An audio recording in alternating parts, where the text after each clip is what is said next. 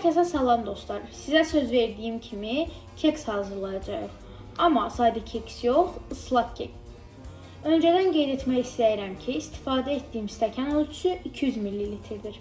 Bizə lazım olacaq ərzaqlar: 3 ədəd yumurta, 1 stəkan süd, quru məhsullar, yəni un, vanilya, qabartma tozu və kakao, duru yağ, 1 stəkan şəkər tozu, 1 ədəd plitka şokolad və kakos. İlk öncə qabımıza yumurtalarımızı tökürük. Üzərinə isə şəkər tozunu əlavə edib yaxşıca qarışdırırıq. Çaldıqdan sonra üzərinə süd və biraz duru yağ əlavə edirik. Sonra isə bunları da yaxşıca qarışdırırıq. Ardıca quruları yavaş-yavaş töküb qarışdırırıq.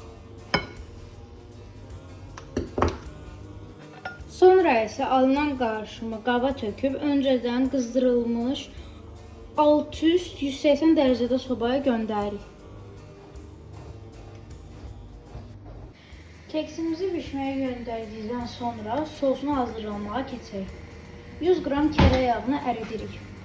Yağımız əriyənə kimi şokoladımızı açırıq. Bir neçə yerə bölürük. Yağ əridikdən sonra şokoladları əlavə edirik. Üzərinə çox az süd də əlavə edirik və qarışdırırıq. Sosun tam hazır olması üçün şokoladlar tam əriməlidir. Sosumuz tam hazır olduqdan sonra isə onu soyduruq. 5 dəqiqədən bir keksi yoxlayırıq. Diş çöpünü batıranda diş çöpü təmiz qalacaq qədər bişiririk. Keks hazır olduqdan sonra onu da soyduruq. Onu da deyim ki, mənim keksim 30 dəqiqəyə hazır oldu. Dostlar, mənim keksim artıq soydu. Mən bunu 1 saat gözlətdim. İstəsəniz 2 saat və 3 saat da gözlədə bilərsiniz. Keksi eyni kvadratlara bölürük. Sonra isə hər tərəfinə dəymək şərti ilə sirupumuzu tökürük. Sonra isə yarım saatda gözləyirik ki, bu sirupu özünə çəksin.